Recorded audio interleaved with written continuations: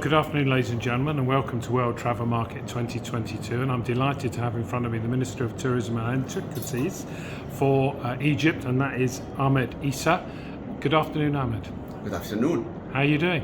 Not too bad, thank you. Good. Ahmed, Egypt obviously, like many countries, would have suffered during the pandemic in terms of fallen off the cliff in terms of visitor numbers and as a consequence, revenue. How are you doing in this post-pandemic world? Have you fully recovered, or are you 75%? Where are you at? So we're almost recovered. If you look at the monthly tourist arrivals this year, it's been gradually getting to the pre-pandemic levels. We started the year with about 25% below the peak.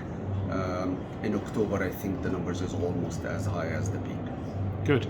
Now, in a post-pandemic world, you're relatively new in the job of minister, but do you think tourism, obviously it's a massive economic contributor to the Egyptian economy, but do you think it's taken an even higher importance in many respects?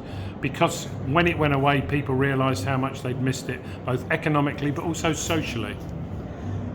All of this is true, but I think what is also important that the tourists of Egypt actually also miss Egypt. I think our country offers a unique experience, and it's just exciting. I think to the millions who visit Egypt each year to come see witness the beach, witness the Red Sea, or witness the Mediterranean, but at the same time get a once in a lifetime experience to visit the pyramids, the Sphinx, Luxor and Aswan.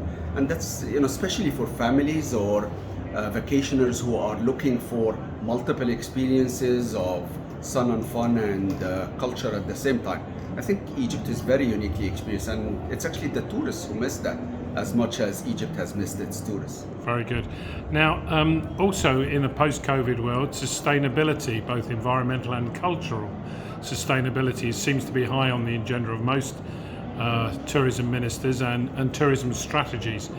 I've always been very impressed when I've been to Egypt in the cleanliness of the water, the seawater, the fact you can see a variety of what I would call tropical fish, of coloured fish, just walking off the beach from your hotel, let alone do anything, exploring any further. How high up your agenda is sustainability, both environmental and cultural?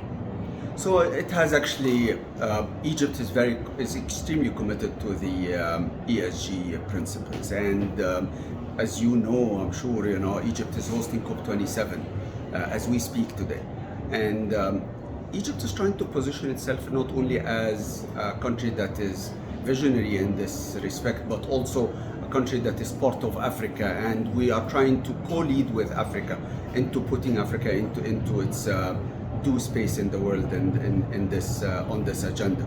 I think climate change is threatening a lot of the countries, and Egypt is trying to do its best to try to avail the capital required for the world to prepare for the climate change and reduce emissions.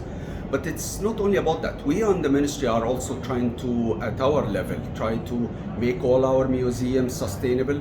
We're trying to reduce the footprint on everything that we do.